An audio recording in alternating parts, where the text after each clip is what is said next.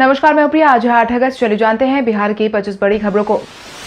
बिहार में कोविड-19 प्रभावितों की संख्या पहुंची 71,500 के पार। बिहार में कोविड-19 प्रभावितों की संख्या लगातार बढ़ती जा रही है। बीते दिन स्वास्थ्य विभाग की तरफ से मिली जानकारी के अनुसार कुल मिलाकर 3,646 लोग कोविड-19 पॉजिटिव पाए गए हैं, जिसके बाद संक्रमितों की कुल संख्या 71,794 पर पहुंच गई है। वहीं अगर प्रभावित जिलों में संख्या की बात करें तो अररिया में 82, अरवल में 39, औरंगाबाद में 47, बांका में 128, बेगूसराय में 56, भागलपुर में 124, भोजपुर में 75, बक्सर में 88, दरभंगा में 41, पूर्वी चंपारण में 188, गया में 87, गोपालगंज में 90, जमुई में 32, जहानाबाद में 53, कैमूर में 15, कटिहार में 211, खगड़िया में 40, किशनगंज में 23, लखीसराय में 48, मधेपुरा में 35, मधुबनी में 87, मुंगेर में 58, मुजफ्फरपुर में 109, नालंदा में 162, नवादा में 42, पटना में 566, पूर्णिया में 104, रोहतास में 114, सहरसा में 81, समस्तीपुर में 105, सारण में 75, शेखपुरा में 86, शिवहर में 20, सीतामढ़ी में 113, सिवान में 60, सुपौल में 75, वैशाली में 125, पश्चिम चंपारण में 118। वहीं स्वास्थ्य विभाग की तरफ से बीते शाम 4 बजे तक जारी किए गए अपडेट के अनुसार कुल मिलाकर 46,265 मरीज ठीक हो चुके हैं। वहीं कोविड-19 की वजह से 400 लोगों की जान जा चुकी है। सीबीआई के डीआईजी गगनदीप अब दिलवाएंगे सुशांत सिंह राजपूत को इंसाफ। देश में सबसे हाई प्रोफाइल मामलों में से एक माने जा रहे सुशांत सिंह राजपूत के मामले की जांच मुजफ्फरपुर के गगनदीप सिंह करने वाली है। साल 2004 के गुजरात कैडर के आईपीएस गगनदीप इसके पहले भी कई सारे मामलों में जांच कर चुकी है। गगनदीप फिलहाल सीबीआई में डीआईजी के पद पर तैनात है। देश के तेज तर्रार आईपीएस अधिकारी में शुमार गगनदीप मूल रूप से मुजफ्फरपुर की रहने वाली है। वहीं अब सुशांत सिंह राजपूत मामले में गगनदीप के हस्तक्षेप से लोगों को सुशांत सिंह राजपूत को इंसाफ दिलवाने की उम्मीद जाग गई है। वहीं गगनदीप ने भी सुशांत सिंह राजपूत और अपने परिवार को इंसाफ दिलवाने का आश्वासन दिया है।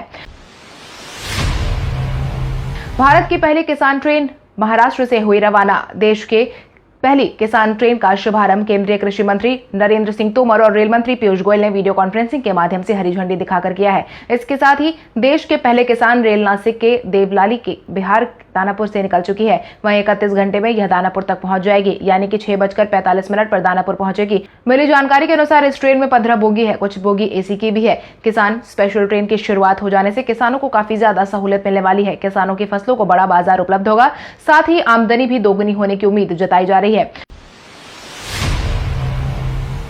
मुख्यमंत्री नीतीश कुमार ने किया हवाई सर्वेक्षण। मुख्यमंत्री नीतीश कुमार इन दिनों बाढ़ इलाकों का सर्वेक्षण करने निकले हैं। इसी क्रम में बीते दिन वो चंपारण के पीपरा तटबंध और बगहा शहर का सुरक्षात्मक कार्य कर हवाई सर्वे करने पहुंचे थे। इसके साथ ही उन्होंने वाल्मीकि नगर गंडक बराज का भी निरीक्षण किया।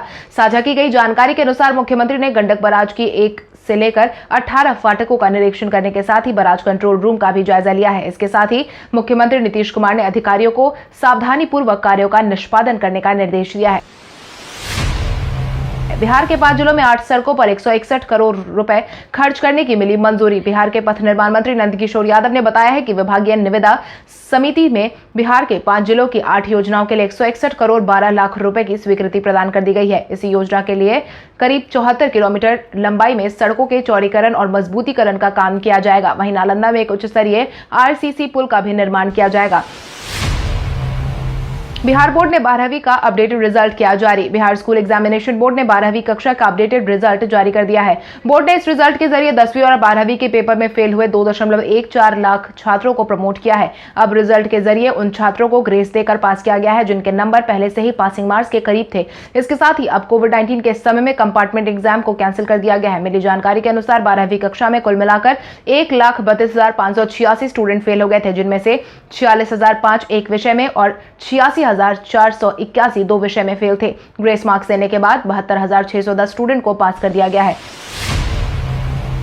कोविड-19 के इस माहौल में आईबीपीएस ने निकाली बंपर रिक्तियां। कोविड-19 के माहौल के बीच आईबीपीएस ने 1167 पदों पर वैकेंसी निकाली है, जिसके तहत institute of banking personal selection ने प्रोबेशनरी ऑफिसर पीओ और मैनेजमेंट ट्रेनी की भर्ती का नोटिफिकेशन जारी कर दिया है, जिसमें कुल मिलाकर 1167 वैकेंसी निकाली गई है, जिसमें से 587 पद अनारक्षित पद के लिए है। वहीं 233 पर ओबीसी और साथ ही 118 ईडब्ल्यूएस के लिए और 159 एससी के लिए है और 71 पद एसटी के लिए आरक्षित कर दिए गए हैं। इच्छुक और योग्य उम्मीदवार आईबीपीएस की आधिकारिक वेबसाइट ibps.in पर जाकर 26 अगस्त तक ऑनलाइन आवेदन कर सकते हैं। इन पदों के लिए अगर हम शैक्षणिक योग्यता की बात करें तो किसी भी विषय में ग्रेजुएशन करने वाले अभ्यर्थियों को इन पदों के लिए आवेदन भर सकते हैं।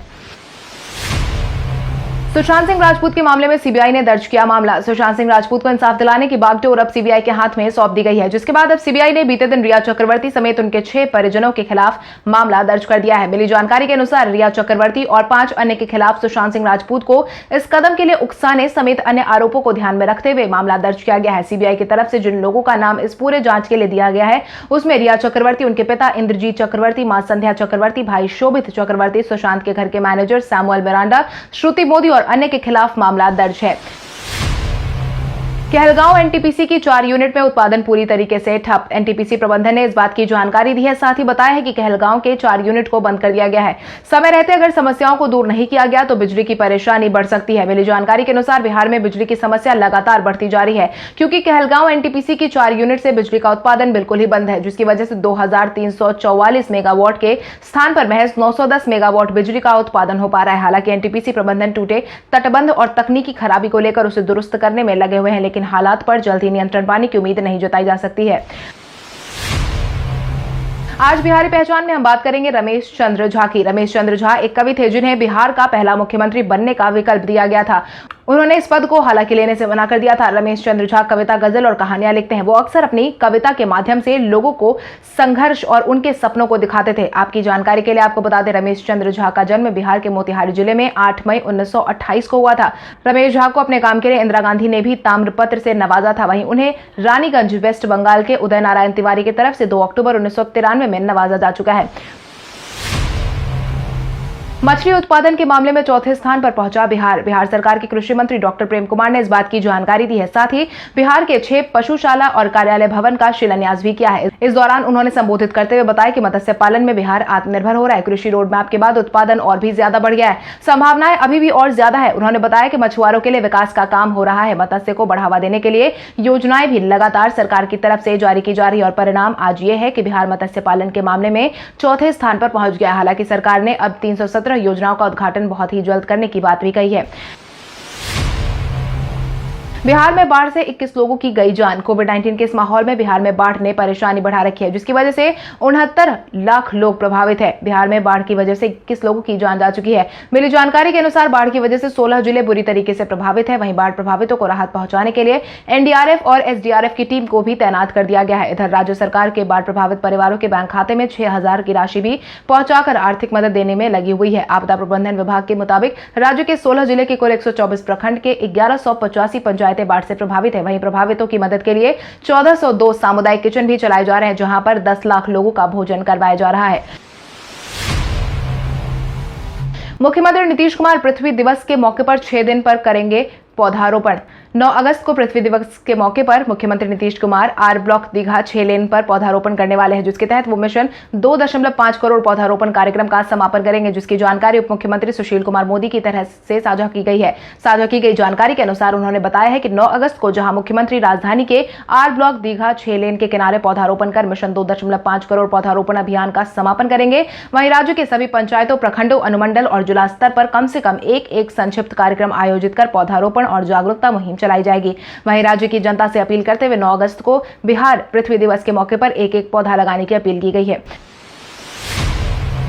आईपीएस विनय तिवारी को मुक्त करने पर बिहार डीजीपी ने बीएमसी को किया धन्यवाद। सुशांत सिंह राजपूत के मामले में तहकीकात करने मुंबई पहुंचे आईपीएस अधिकारी विनय तिवारी को बीएमसी द्वारा जबरदस्ती क्वारंटाइन किए जाने के बाद लगातार बिहार पुलिस और मुंबई पुलिस एक दूसरे के आमने सामने थी, जिसके बाद अब बीएमसी ने आईपीएस अधिकारी विनय तिवारी को छोड़ दिया है, जिसको लेकर के बिहार के डीजीपी गुप्तेश्वर पांडे ने बीएमसी का धन्यवाद व्यक्त किया है। साथ ही उन्होंने कहा है कि माननीय सर्वोच्च न्यायालय की टिप्पणी के बाद बिहार के पुलिस मुख्यालय ने बीएमसी के आयुक्त को पत्र लिखकर अपने आईपीएस अधिकारी को मुक्त करने के लिए अनुरोध किया है, जिसको देखते हुए आईपीएस विनय तिवारी को मुक्त कर दिया गया है, जो कि पटना लौट चुके हैं। इनके लिए बीएमसी का धन्यवाद। कटिहार सदर अस्पताल के स्वास्थ्यकर्मी की कोविड-19 से गई जान। कटिहार सदर अस्पताल के एकमात्र सर्जन डॉक्टर डीएन पोदार की 20 दिनों के बाद जान चली गई है। एम्स पटना में इलाज के दौरान शुक्रवार की सुबह उन्होंने दुनिया को अलविदा कह दिया है। 22 जुलाई को उनकी स्थिति बिगड़ने के बाद उन्हें बेहतर इलाज के लिए पटना एम्स में रेफर किया गया था। हालांकि कोविड-19 के इस माहौल का सामना करते करते उनकी जान चली गई है। उनकी जान गंवाने की खबर सामने आने के बाद जिले के चिकित्सकों और आम लोगों में शोक की लहर दौड़ गई है। वहीं दूसरी तरफ कटिहार में कोविड-19 प्रभावितों की संख्या लगातार बढ़ती जा रही है। रिकॉर्ड तोड़ 403 नए मरीजों की पुष्टि की गई है। बिहार के 18 जिलों में बारिश की जताई गई संभावना। मौसम विभाग की तरफ से जारी किए गए पूर्वानुमान के अनुसार पटना, गया, नालंदा, बांका, बेगूसराय, मुजफ्फरपुर सहित 18 जिलों में बारिश की संभावना जताई गई है। इस दौरान देर रात से शनिवार की दोपहर तक आंधी तूफान के साथ हल्की बारिश होने की संभावना जताई गई है। मौसम विभाग के अनुसार बिहार में चक्रवाती सिस्टम के साथ ही हवा के दबाव का क्षेत्र देखने को मिल रहा है, जो पूर्वी उत्तर प्रदेश से होते हुए बिहार छत्तीसगढ़ तक फैला है। इसकी वजह से 40 से 55 किलोमीटर पूर्व उत्तर की दिशा में तेज हवाएं चल रही है। निम्न हवा के दबाव की वजह से बिहार के विभिन्न क्षेत्र में बारिश के आसार बने हुए हैं। मुख्यमंत्री नीतीश कुमार आईजीआईसी के नए भवन का करेंगे उद्घाटन। मुख्यमंत्री नीतीश कुमार आईजीआईसी के नए भवन का उद्घाटन आज करने वाले हैं। पटना के इंदिरा गांधी हृदय रोग संस्थान में लगभग 60 करोड़ की लागत से नया भवन बनकर तैयार हो गया है। वहीं उद्घाटन से पहले स्वास्थ्य मंत्री मंगल पांडे ने बीते दिन भवन का निरीक्षण किया था। वहीं मंत्री ने इस संस्थान में 6 दिनों के step down incentive care unit का भी उद्घाटन किया है। स्वास्थ्य मंत्री ने बताया कि इंदिरा गांधी हृदय रोग संस्थान में लगभग 60 करोड़ की लागत से बन रहे इस नए भवन में 20 करोड़ के फर्नीचर और 53 करोड़ के अत्याधुनिक उपकरण लगाए जाएंगे। रिया चक्रवर्ती ईडी को गुमराह करने की कर रही है कोशिश। सुशांत सिंह राजपूत के मामले में रिया चक्रवर्ती अपने भाई शौविक चक्रवर्ती के साथ बयान दर्ज करवाने के लिए प्रवर्तन निदेशालय ऑफिस बीते दिन पहुंची थी। हालांकि सूत्रों की माने तो रिया चक्रवर्ती ने सहयोग नहीं किया है। वहीं वो सवालों का सही जवाब नहीं दे रही और उनका कहना है कि उन्हें कोई भी डिटेल याद नहीं है। रिया से 5 साल का इनकम टैक्स रिटर्न दिखाने को भी कहा गया है। हालांकि रिया की तरफ से इस बात को लेकर कोई प्रतिक्रिया जाहिर नहीं की गई है। हालांकि रिया के भाई से दफ्तर पहुंचने के 2 घंटे बाद कुछ दस्तावेज मंगवाए गए थे। बिहार निर्वाचन आयोग ने पंचायत प्रतिनिधियों के चुनाव को लेकर तारीख का किया ऐलान। बिहार निर्वाचन आयोग ने पंचायत प्रतिनिधियों के चुनाव को लेकर तारीख का ऐलान कर दिया है। निर्वाचन आयोग की तरफ से जारी किए गए जानकारी के अनुसार बिहार के 12 जिलों में इन पदों पर चुनाव किया जाना है। इनमें सारण में जिला परिषद उपाध्यक्ष, सोनपुर प्रमुख, दयालपुर प्रमुख, दिघवारा उप प्रमुख, कापादिशा, वहीं लखीसराय में हलसी के प्रमुख और उप प्रमुख का चुनाव 26 अगस्त को करवाया जाना है। वैशाली, भागलपुर, बक्सर, सीतामढ़ी, पूर्वी चंपारण, मध्य पूर्व, पश्चिमी चंपारण, दरभंगा और कैमूर में भी 26 अगस्त और 2 जगहों पर 27 अगस्त को चुनाव कराया जाना है। बिहार में बुजुर्ग और कोविड-19 मरीज कर सकेंगे पोस्टल बैलेट से मतदान। कोविड-19 के माहौल में बिहार विधानसभा चुनाव की तैयारियां भी जारी है। विधानसभा चुनाव में मतदान को लेकर कई फैसले भी किए गए हैं। इसी फैसले को लेकर के विधानसभा चुनाव में वरिष्ठ नागरिक और कोविड-19 संक्रमित वोट कर सकेंगे, इस बात की जानकारी दी गई है। हालांकि विधानसभा चुनाव में वरिष्ठ नागरिक और कोविड-19 संक्रमित के लिए पोस्टल बैलेट के माध्यम से वोट करने का विकल्प दिया गया है। इस संबंध में जागरूकता के लिए उप विकास आयुक्त ऋषि पांडे ने मुहिम चलाने का निर्देश उप निर्वाचन पदाधिकारी आर निलय को दे दिया है। वहीं कोविड-19 को लेकर मतदान, शिक्षा और जागरूकता के लिए रणनीति तैयार करने पर भी बात कही गई है। इसके तहत डिजिटल, इलेक्ट्रॉनिक्स और सोशल मीडिया के माध्यम से अधिक जनसंपर्क करने की योजना भी बनाई गई है। बिहार में बाढ़ के कारण उत्पन्न हुई समस्या पर राजद ने सरकार को लिया निशाने पर। बिहार में बाढ़ की लगातार बढ़ रही समस्या को देखते हुए राजद नेता जगदानंद सिंह ने एक बार फिर से सरकार को निशाने पर लिया है, जिसके तहत उन्होंने कहा है कि मुश्किल दौर में हम लोगों से चुनाव की बात कैसे कर सकते हैं, जब एक तरफ बाढ़ की परेशानी और दूसरी तरफ कोविड-19 के कारण लोग प्रभावित है। ऐसे हालात में चुनाव की बात करना उचित नहीं है। यह काम सत्तारूढ़ सरकार का है, जो लोगों को मुसीबत में छोड़कर चुनाव करने की लगातार बात कर रही है। इतना ही नहीं, उन्होंने लॉकडाउन की बात को भी लेकर सरकार को निशाने पर लिया है, जिसके तहत उन्होंने कहा है कि जब संक्रमण इतना नहीं था तो सरकार ने जबरदस्ती लॉकडाउन लागू किया था। नीतीश कुमार और चिराग पासवान के बीच हुई बातचीत पर रामविलास पासवान ने दी सफाई। चिराग पासवान और मुख्यमंत्री नीतीश कुमार के बीच बहुत दिनों से अनबन की खबरें सामने आ रही थी, जिसको लेकर केंद्रीय मंत्री रामविलास पासवान ने सफाई देते हुए कहा है कि बहुत लोग कहते हैं कि नीतीश कुमार और चिराग पासवान की बातचीत नहीं होती है, लेकिन सुशांत सिंह राजपूत मसले पर जरूरत पड़ी तो लोजपा अध्यक्ष चिराग पासवान ने मुख्यमंत्री नीतीश कुमार को पत्र भी लिखा और फोन भी किया। रामविलास पासवान ने आगे कहा कि अच्छी बात यह है कि जिस दिन फोन पर दोनों की बातचीत हुई है उसी दिन सीबीआई जांच के आदेश भी दे दिए गए हैं। वहीं रामविलास पासवान ने दोनों नेताओं के बीच सब कुछ सही होने का दावा किया है। पूर्व वित्त मंत्री यशवंत सिन्हा ने चुनाव आयोग पर लगाए आरोप। पूर्व वित्त मंत्री यशवंत सिन्हा ने चुनाव आयोग को लेकर बीते दिन तीखी प्रतिक्रिया दी है, जिसके तहत उन्होंने कहा है कि कोविड-19 के इस माहौल में विधानसभा के चुनाव समय पर करवाने के लेकर सभी पार्टियां तैयारियों में जुटी है। वहीं दूसरी तरफ यशवंत सिन्हा ने कहा है कि वर्तमान समय में चुनाव का आयोजन करवाना सही नहीं है। इतना ही नहीं, उन्होंने यह भी कहा कि चुनाव आयोग केंद्र सरकार का गुलाम है और केंद्र सरकार अपना फायदा नुकसान देखकर ही बिहार में विधानसभा चुनाव करवाएगी। संविधान इसकी इजाजत देता है, विशेष परिस्थिति में चुनाव को टाला जा सकता है। लोगों को घर पहुंचाने के बाद अब रोजगार देंगे सोनू सूद। कोविड-19 के इस माहौल में रियल लाइफ हीरो बनकर उभरे सोनू सूद अब लोगों को नौकरी देने वाले हैं, जिसका ऐलान उन्होंने कुछ समय पहले ही किया था। इसके लिए उन्होंने एक कंपनी के साथ बातचीत भी की है। सोनू ने इस बात की जानकारी अपने ट्विटर अकाउंट पर दी है। उन्होंने लिखा है कि जहां चाह वहीं राह। मेरे प्रवासी भाइयों के लिए मैंने अब एक कंपनी के साथ साझेदारी की है। इसके माध्यम से देश भर में मैन्युफैक्चरिंग और एक्सपोर्ट कंपनियों में 1 लाख नौकरी देने का वादा किया गया है। धन्यवाद। अब इंडिया बनेगा कामयाब। जय हिंद। आईपीएल के लिए महेंद्र सिंह धोनी ने झारखंड में शुरू की प्रैक्टिस। भारतीय टीम के पूर्व कप्तान महेंद्र सिंह धोनी ने आईपीएल में खेलने के लिए अपनी प्रैक्टिस शुरू कर दी है। मिली जानकारी के अनुसार चेन्नई सुपर किंग्स की तरफ से खेलने के लिए, साथ ही मैदान में दोबारा से वापसी करने के लिए महेंद्र सिंह धोनी ने झारखंड में ही प्रैक्टिस शुरू कर दी है। धोनी ने पिछले साल इंग्लैंड के साथ खेले गए वर्ल्ड कप सेमीफाइनल के बाद इंटरनेशनल क्रिकेट से ब्रेक ले लिया था। पिछले 1 साल में धोनी के संन्यास को लेकर भी कई तरह की बातें सामने आ रही है। हालांकि धोनी ने इन सभी बातों को दरकिनार करते हुए अपने प्रैक्टिस सेशन की शुरुआत कर दी है। मीडिया हाउस की एक रिपोर्ट के अनुसार धोनी ने पिछले हफ्ते JSCM स्टेडियम में प्रैक्टिस शुरू कर दी है, जहां पर एक बॉलिंग मशीन की मदद से वो प्रैक्टिस कर रहे हैं। कल हमारे द्वारा पूछे गए सवाल का जवाब आप में से बहुत सारे यूजर ने हमें कमेंट करके दिया था। उसके लिए आपका बहुत बहुत धन्यवाद। आप में से जिन यूजर का कमेंट हमें अच्छा लगा है उनके नाम है गीता कुमारी, अरमान सिंगर, देवा कुमार, उजाला चौधरी, कुंदन कुमार, रविंद्र पासवान, अभिमन्यु कुमार, रॉकी राज, सुधीर कुमार, रामजी प्रसाद, सौरभ यादव, मुखिया जी, अंजू कुमारी, धनंजय कुमार, कमल कुमार, रोशन कुमार, भास्कर, पंकज कुमार, गीता कुमारी, प्रहलाद कुमार, चंदन कुमार, प्रवीण कुमार यादव, मनीष कुमार,